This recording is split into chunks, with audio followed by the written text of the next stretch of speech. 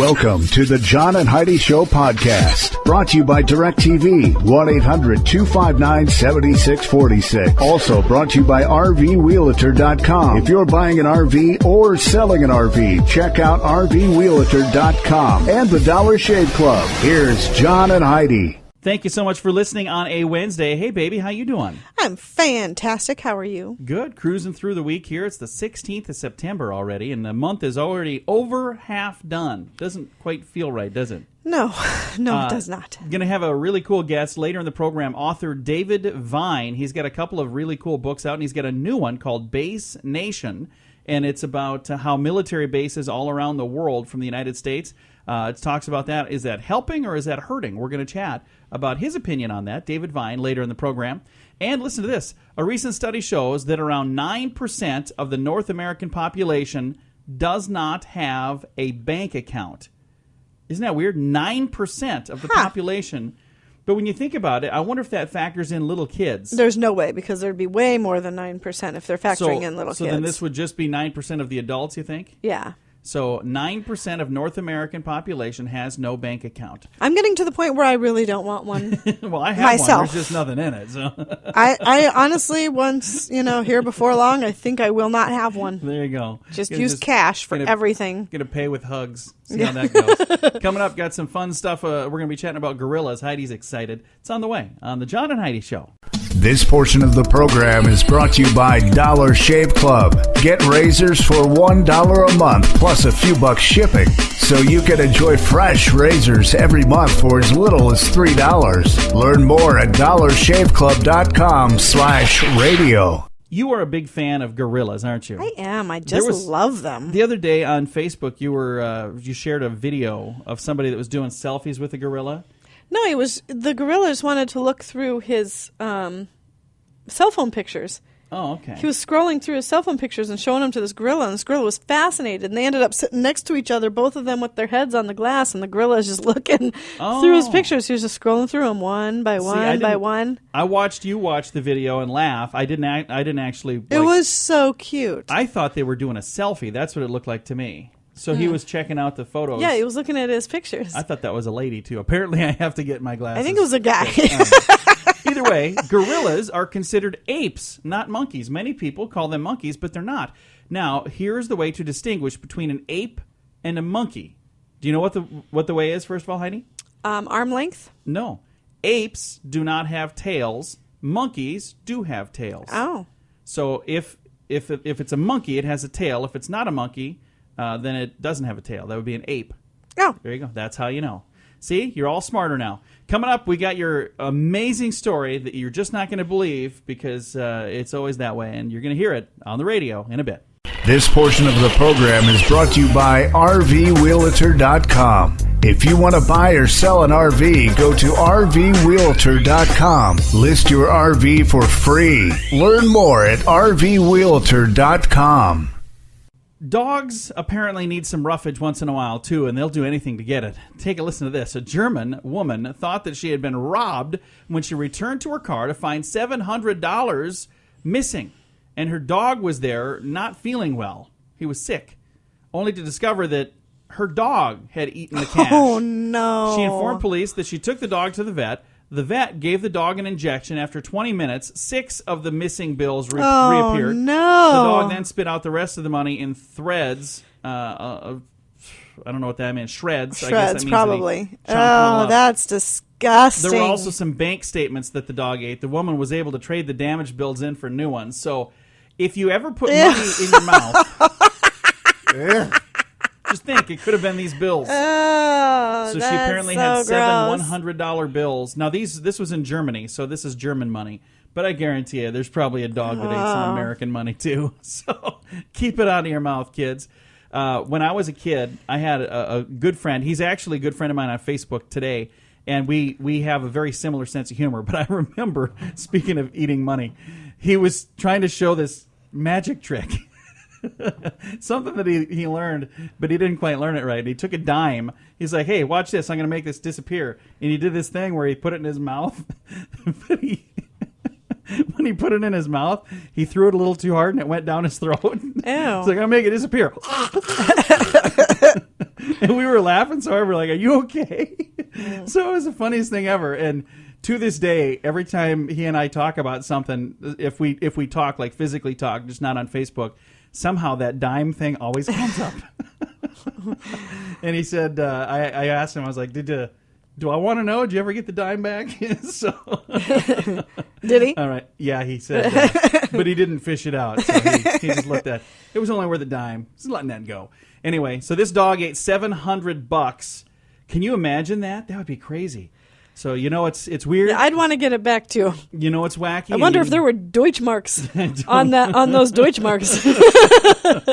All you know is it's true because you heard it on the radio. The John and Heidi Show is brought to you in part by the Keystone Treatment Center. This is your brain, and this is your brain on drugs.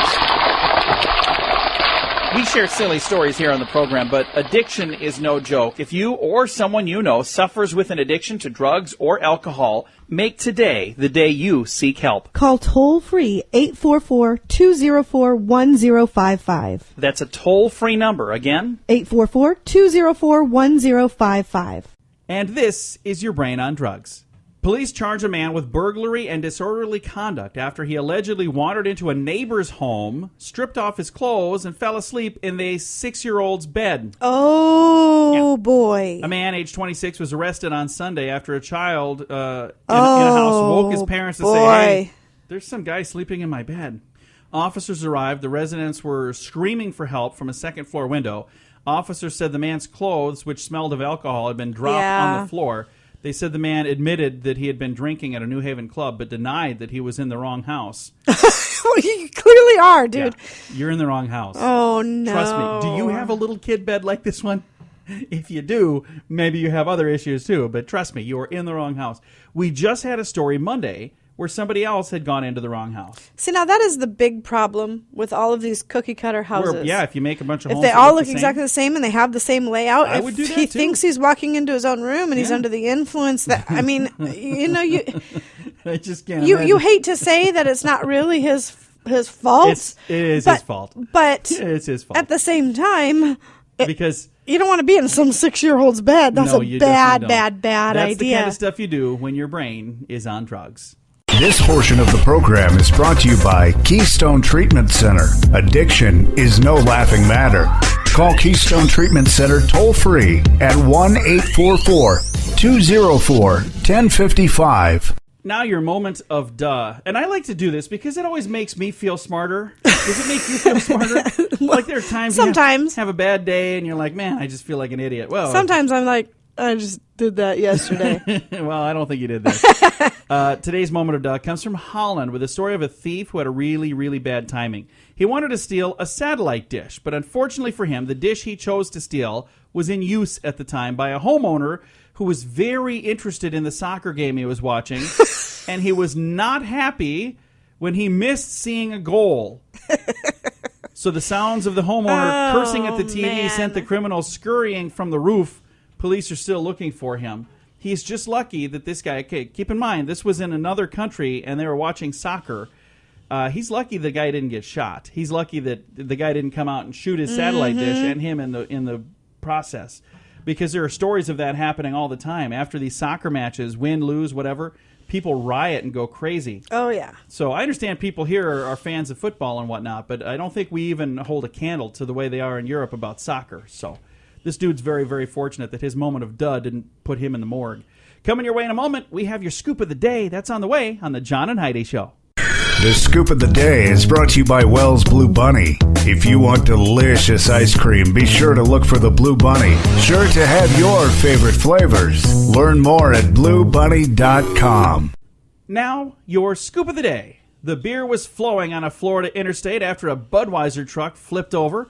Beer cans were laying all over the highway north of Tampa after the truck driver became distracted by a small dog riding in the cab, and he lost control of the vehicle. The interstate had to close for 3 hours when Spuds McKenzie flipped his truck. Oh, that's awesome. It wasn't really Spuds McKenzie, but he had a dog in the truck with him, and he distracted him, and he flipped the truck, and beer was everywhere.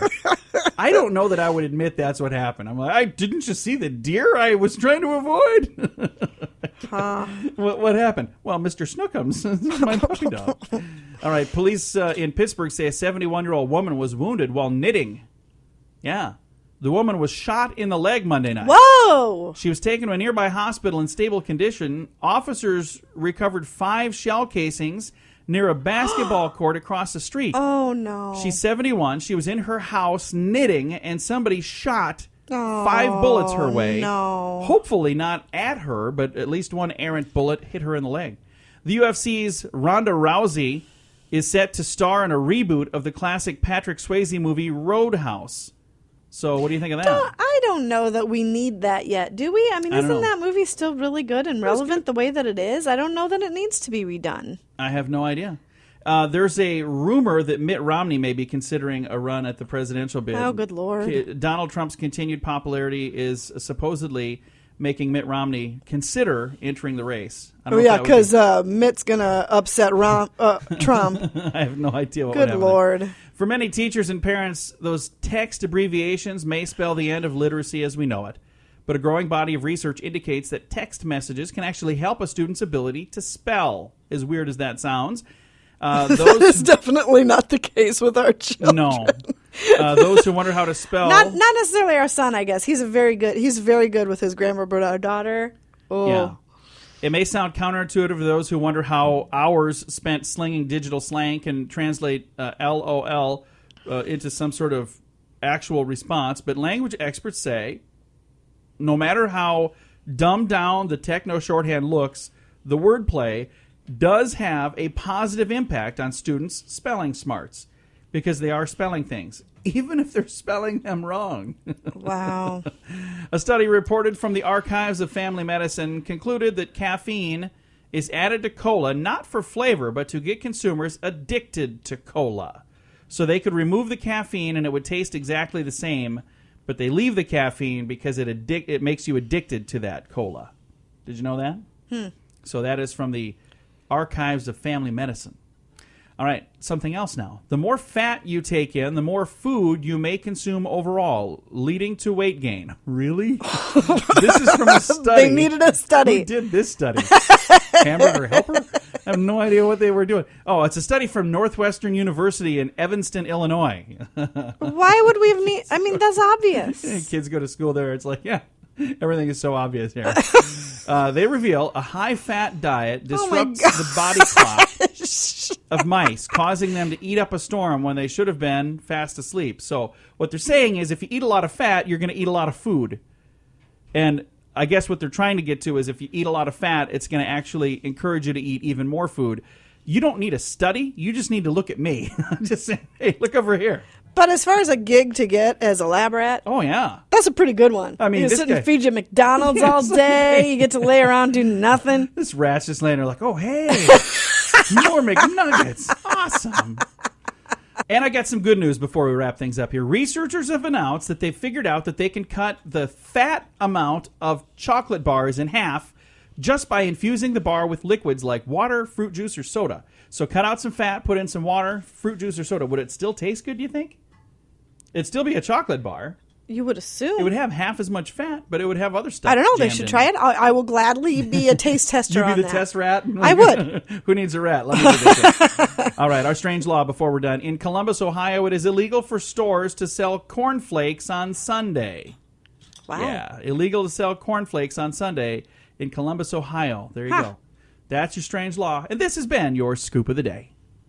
This portion of the program is brought to you by RoughToughKennels.com. Dog kennels and accessories sent to your front door wherever you live. Your dog deserves it.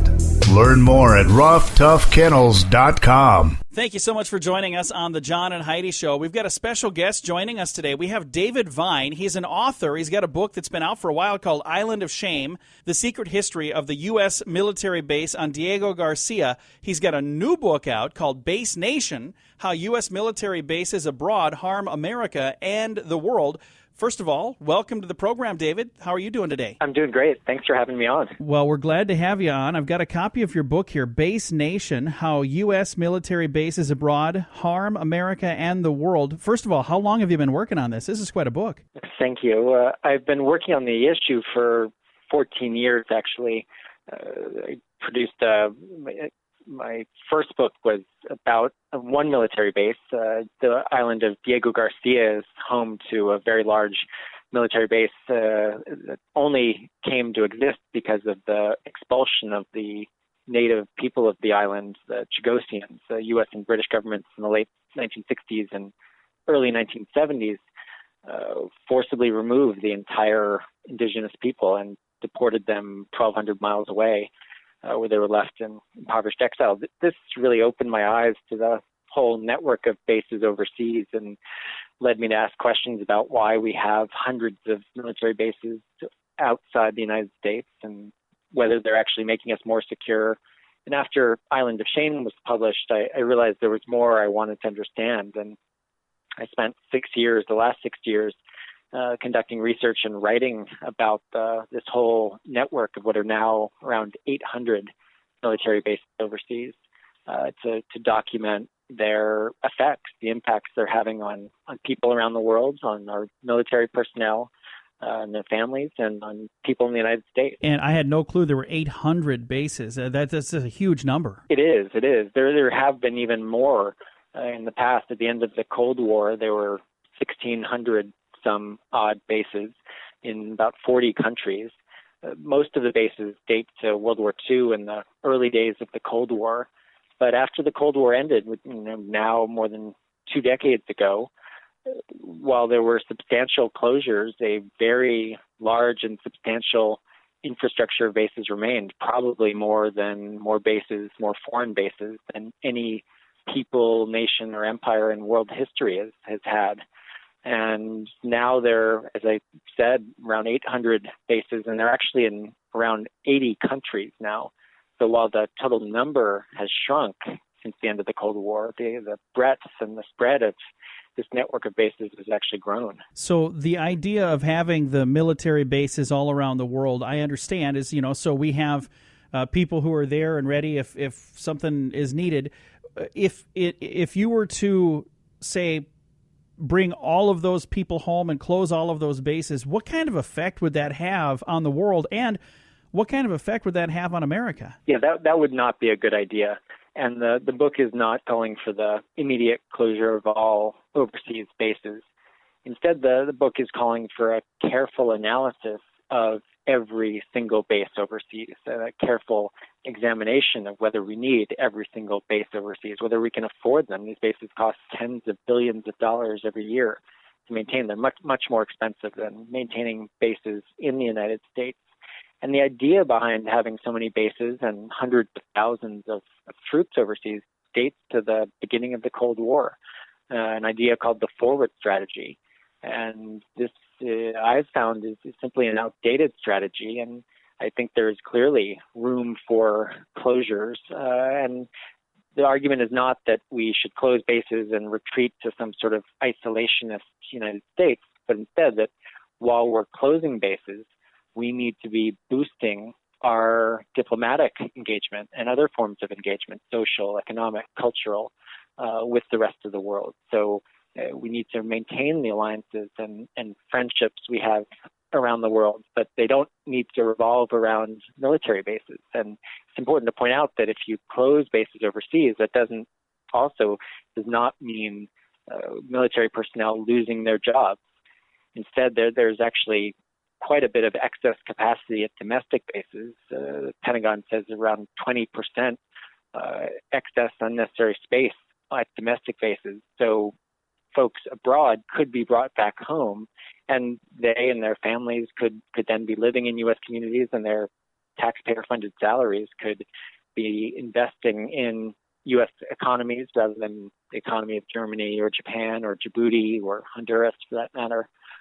So that there are a range of ways that closing bases can actually strengthen U.S. national security and global security. So right now, when you think about the amount of money that the United States is putting into these bases, a lot of that money goes right into, like you were just mentioning, into those local economies.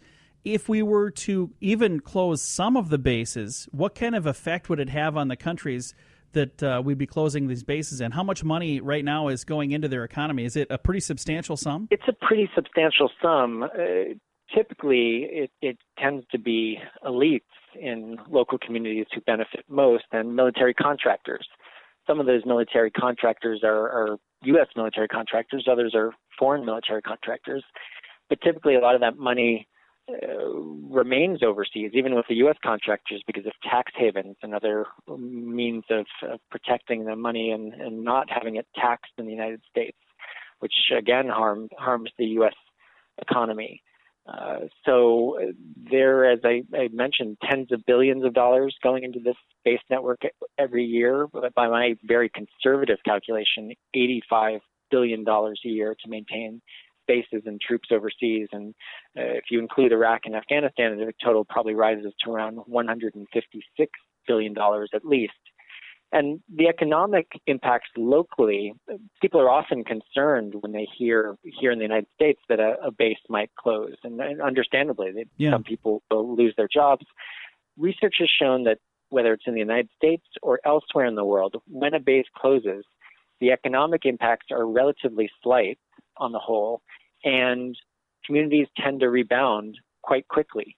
And in some cases actually end up stronger because of the base closing. So the economic fears about base closures are really overblown when we look at the situation. And how would they end up stronger? Would it be because the property is utilized for something different and that's what made it stronger, or what would make it stronger? Exactly. Bases are relatively unproductive uses of land, economically speaking. Often they take up large plots of land that can't be used elsewhere, and we've seen numerous examples where bases have been closed in Germany and Japan, elsewhere, and in the United States, and that land has then been used for housing or shopping or to build schools and various forms of economic development that employ more people and produce more wealth than bases do. Well, let's talk about your book. I know we're about out of time here. The book is called Base Nation. Where can I find a copy of this book, David? You can find it widely online and in bookstores, and you can find more information at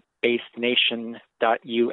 basenation.us. And it's on all the big major bookseller websites if I go to those? Absolutely. And I should point out that I'm donating the proceeds from the book, from the royalties, to nonprofit organizations that are supporting victims of violence and war, including U.S. military personnel and their families. That's really nice of you for doing that. Thank you very much. Sure. And again, the book is called Base Nation. Author David Vine with us today. David, thank you again. You have a wonderful day. Thank you. It's been a pleasure. It has indeed. It's been an eye-opener. I learned a lot today. And folks, if you want to get a copy of the book, find it wherever you like to buy your books. It's available online as well. And it's called Base Nation, How U.S. Military Bases Abroad Harm America and the World. Check that out.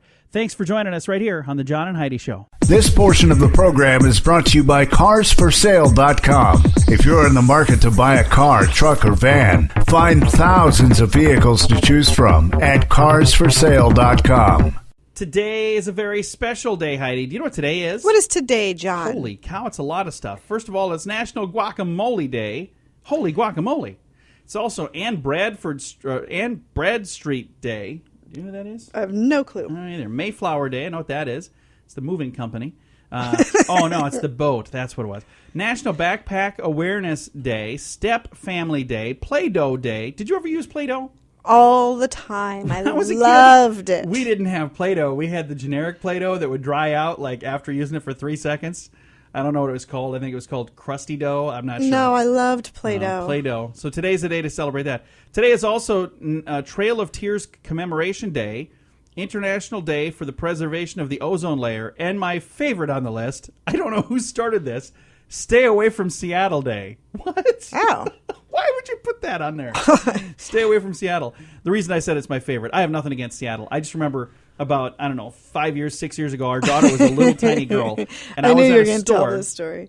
and there was a person at this bookstore that had two different books. One was like Top Spots in Seattle, and another one was like, great places to visit in Seattle. And I said, oh, hey, they must be going to Seattle. And my daughter said, who's Addle? She thought I meant they're going to see Addle. That's I thought that was adorable. so clever. Yeah, anyway. Special day. I wouldn't say it's clever, but it was adorable. I'm going to say clever. Anyway, we've got some other stuff coming up from Good Housekeeping.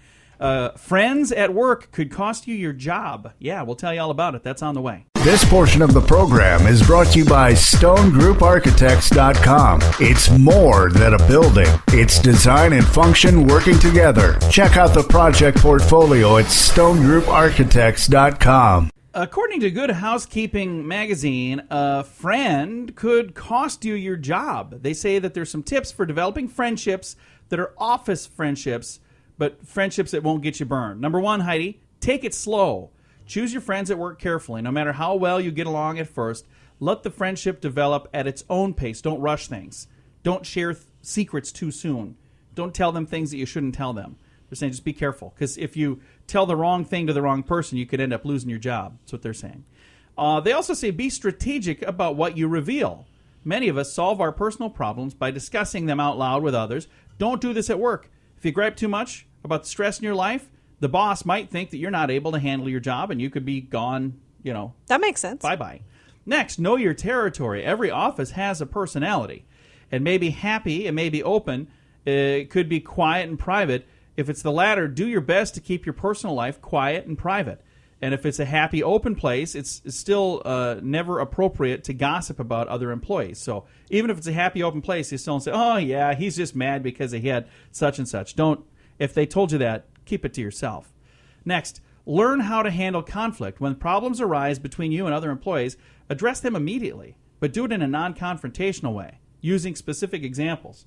So, for example, like if somebody, went to get coffee and they didn't bring coffee back for you, even though you have a coffee mug sitting right next to you here. Oh, hey. Sorry. I wasn't necessarily...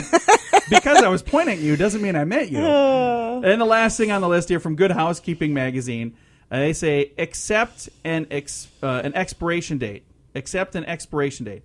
It's a sad reality. Office friendships expire.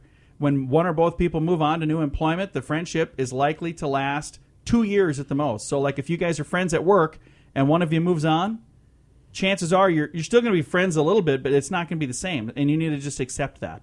If you'd like to know more, check out Good Housekeeping. I didn't even know that magazine was still around. Did you? Oh, yeah. I haven't seen those in years. They're always in waiting rooms. I haven't been to a waiting room in years. All right, we're going to talk about a 106-foot dream coming your way. It's on the way next.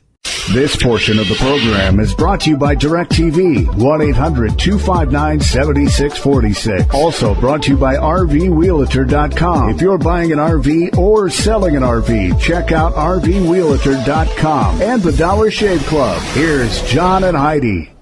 Kind of a fun story here. A shipbuilder who built his 106-foot-long dream vessel is facing his toughest challenge yet. You know what it is? What's that? Getting it to the water. Charlie Brown, yeah, that's his real name, built the Veracruz. It's the biggest bug-eye schooner ever built, but it may find its first journey from the Nevada desert to San Francisco, the most difficult journey. The veteran shipbuilder picked a shipyard in the northern Nevada desert for his 45-ton schooner. Whoa! Because it was cheaper than building it in the coastal yard. The sight of a sailing ship in the desert is already attracting visitors from as far away as Japan to his dusty yard near Carson City. But the trouble is, it's a 45-ton schooner, and you can't just drive that down any old road.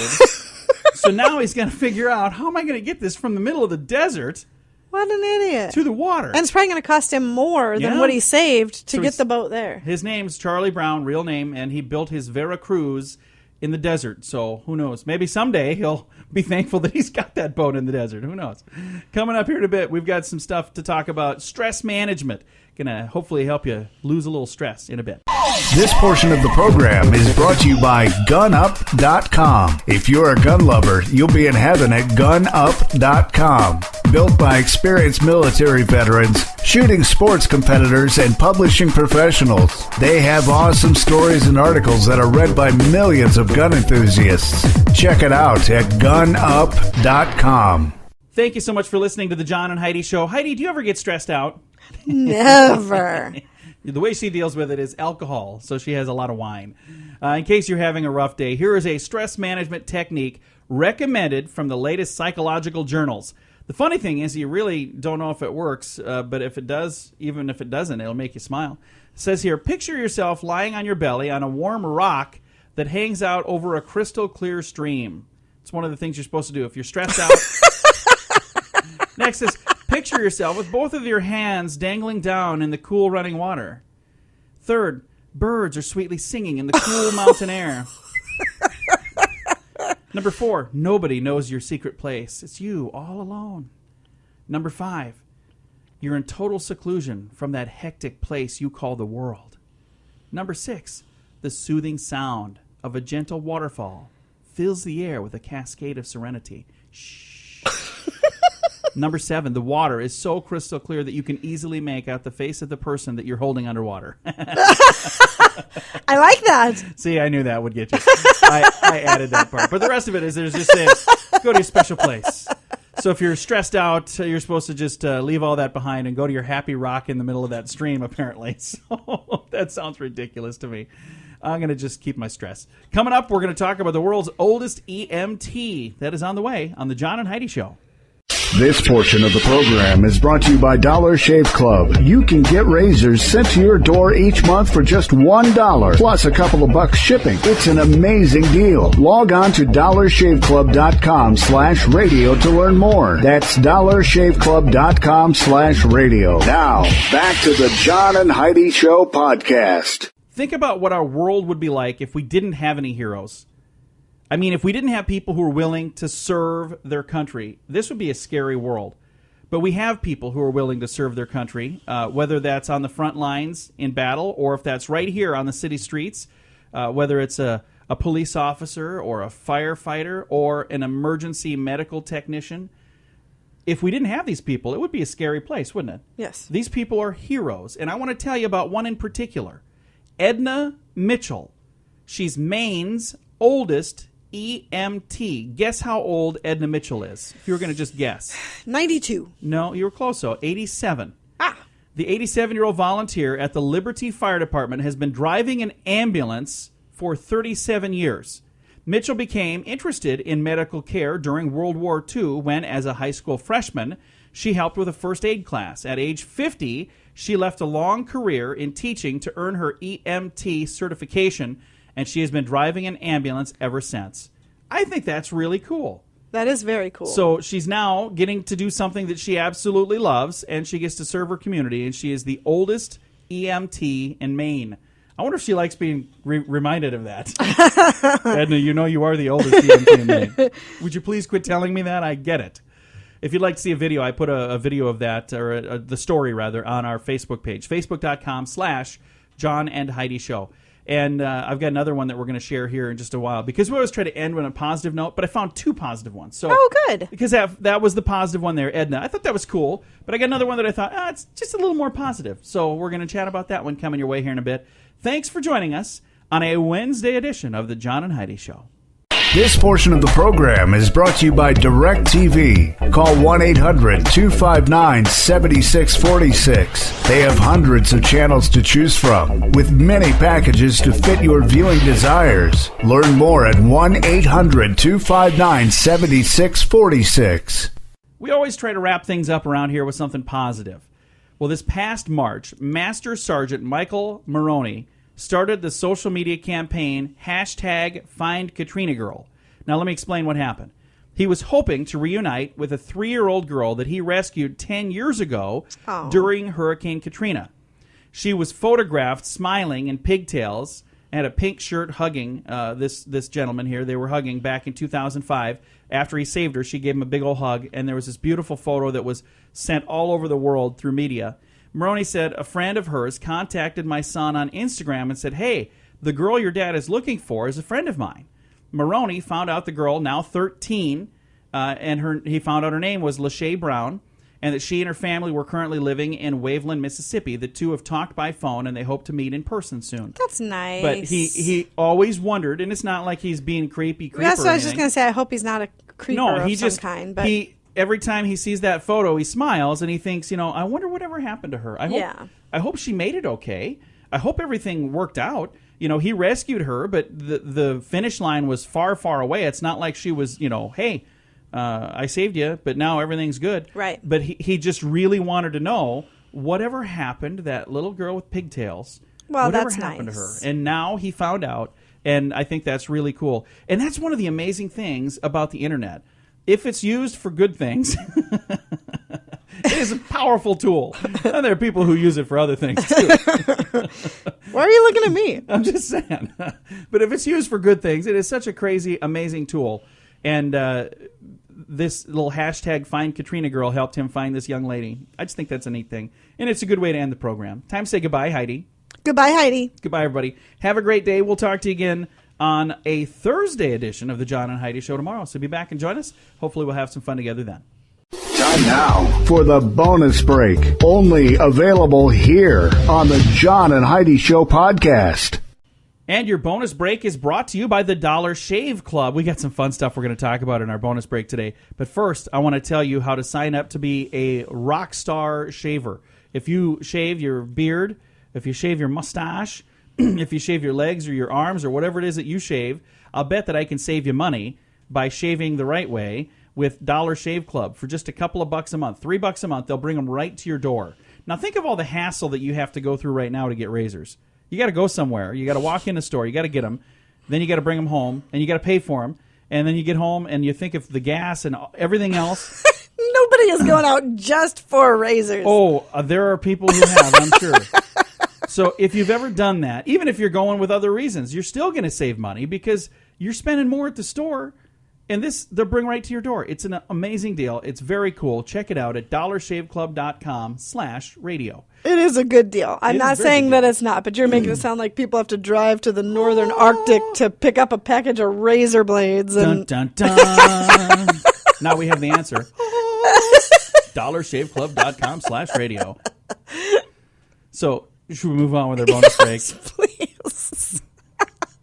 I'm going to have to talk to you about your behavior in the workplace. You really should quit drinking this time of day as well. All right, moving on. We have taken from resumes and cover letters that were printed in Fortune magazine, and the spelling is exactly the way they spelled it because this is the way they spelled it on the resumes. So I think we've talked about some of these, but we're going to go through this pretty quick. This is somebody applying for jobs. It says, I demand a salary commensurate with my extensive experience, and all of that is spelled wrong. It's all spelled wrong anyway. Number 2 on the list here. I received a plaque, spelled wrong, for salesperson of the year. You mean on your teeth? You received a plaque for your, okay. Reason for leaving my last job, maturity level. Oh, I'm sorry, maturity leave. Maturity leave. Maternity leave. I think they might have meant maternity, but it says maturity leave. Next, wholly responsible for 2 failed financial institutions. Oh. This is on somebody's resume. It is best for employers that I not work with people. Let's meet so I can ooh and ah. So you can ooh and ah over my experience. Oh, wow. You will want me to be the head honcho in no time. Real things on applications that people put in or resumes. Am a perfectionist and rarely, if ever, forget details. You might have maybe forgot a couple of ifs there. Marital status, single, unmarried, unengaged, uninvolved, no commitments. Why would they even have marital status on there? Can you ask that? I don't know if you can ask Never that. asked that. Next, I have an excellent track record, although I am not a horse. That is hilarious. You'd hire that person. Like, hired. What are we hiring for again? All right. All of these, some of these, the funny ones, it depends on what kind of a job you're applying for, because some of those may be a benefit. Really be, yeah. I am loyal to my employer at all costs. Please feel free to respond to my resume on my office voicemail. Yeah, that's not a good sign. I've become completely paranoid, trusting completely no one and absolutely nothing. I would hire that person. Next on the list. I procrastinate, especially when the task is unpleasant. At least they're honest. Yeah. Honesty is the best policy. As indicated, I have over 5 years of analyzing investments. What? I have over 5 years of analyzing investments? I don't know what that means. I don't know. Personal interest, donating blood. 14 gallons so far. That's a lot of blood. Instrumental in ruining entire operation for a Midwest chain store. Why would you put that on your resume? Unless you don't want to get a job. Note, please don't misconstrue my 14 jobs as job hopping. I have never quit a single job. He's been fired 14 times. Marital status, often. Children, various. Reason for leaving last job. They insisted that all employees get to work by 8:45 a.m. every morning. Could not work under those conditions. Oh, wow. The company made me a scapegoat, just like my last 3 employers. Yeah, it's always somebody else's fault. And last, references, none. I've left a path of destruction behind me. That one I like. That is funny. All right, that's some real things. According to, what was that in? Fortune magazine. Do we have time for a couple more stories here? Are you still awake over there? I'm wide awake. Then we're going to get to two quick stories. A Chicago man faces criminal charges after trying to beat up the dog that is well known worldwide for taking a bite out of crime. 18-year-old Daryl Worlds has been charged with battery for hitting a 14-year-old who was dressed as McGruff, the crime dog. This was at an Orlando Hills Jamboree Festival. McGruff was walking through the festival, shaking hands with kids, and that's when this guy tried ripping off his mask and trying to run away with his head. So this 18-year-old was beating up a 14-year-old boy dressed as McGruff, the take-a-bite-out-of-crime dog. So it's not good when even he... But it doesn't sound like he beat him. He just tried to take the head. Yeah, well, he hit him a few times and tried stealing his head. Next says, no Although, one... What's that? Okay. I'm just going to say. If you wanted a trophy on the wall, that's exactly. That's the one to have if you're going to steal something. You are one badass. Look at that. McGruff's head right there. I took a bite out of his crime, all right. And then if you eat cereal out of it, you're taking a bite out of crime every single time you eat your meal. You're awful. I think it's time to wrap things up. No one can say the government of Thailand is soft on white-collar crime. Take a listen to this. A few years back, a woman was convicted of swindling the public out of millions of dollars while she was working as an investment guru for the government. The judge sentenced her to some time in jail. Guess how many years she got? How many? 141,078 years. Whoa, jeepers, According to Guinness, that is the longest sentence ever given to anyone. Well, why even bother? Because it's not like she's going to serve that. That's so silly. They gave her a pretty good sentence. They just wanted to set an example. They don't want that to ever happen again. There you go. That happened in Thailand. That's going to do it for your bonus break. Brought to you by Dollar Shave Club. You can learn more about those folks and buy their razors. I encourage you to do so at dollarshaveclub.com/radio.